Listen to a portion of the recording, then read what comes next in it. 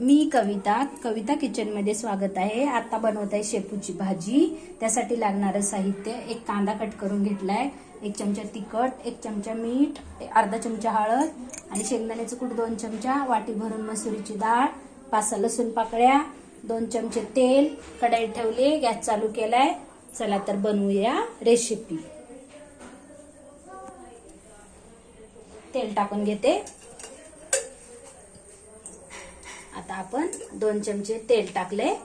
चला तर मग पाहूया गरम झाल्यावर। हे पहा, आता तेल गरम झाले। त्याच्यात आपण लसूण टाकूया आणि मी ठेचून घेतलाय 5 लसूण पाकळ्या आणि 1 कांदा छोटासा। फ्राय होऊ देऊया, पाहूया 2 मिनिटांनी। हे पहा, आता आपला कांदा पण फ्राय झालाय आणि आता आपण ही भाजी आहे ना, ही टाकून घेऊया। स्वच्छ धुवून घेतलेली आहे।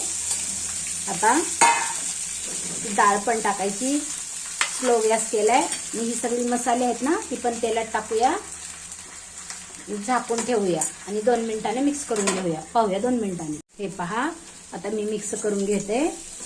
आता आपण काय करायचं, याच्यावर एक ताट ठेवून घ्यायचं, मिक्स करून याच्यात ताटात पाणी टाकून घ्यायचं। हे पाणी गरम होऊन द्यायचं आणि त्याच्यात टाकून डाळ शिजवून घ्यायची।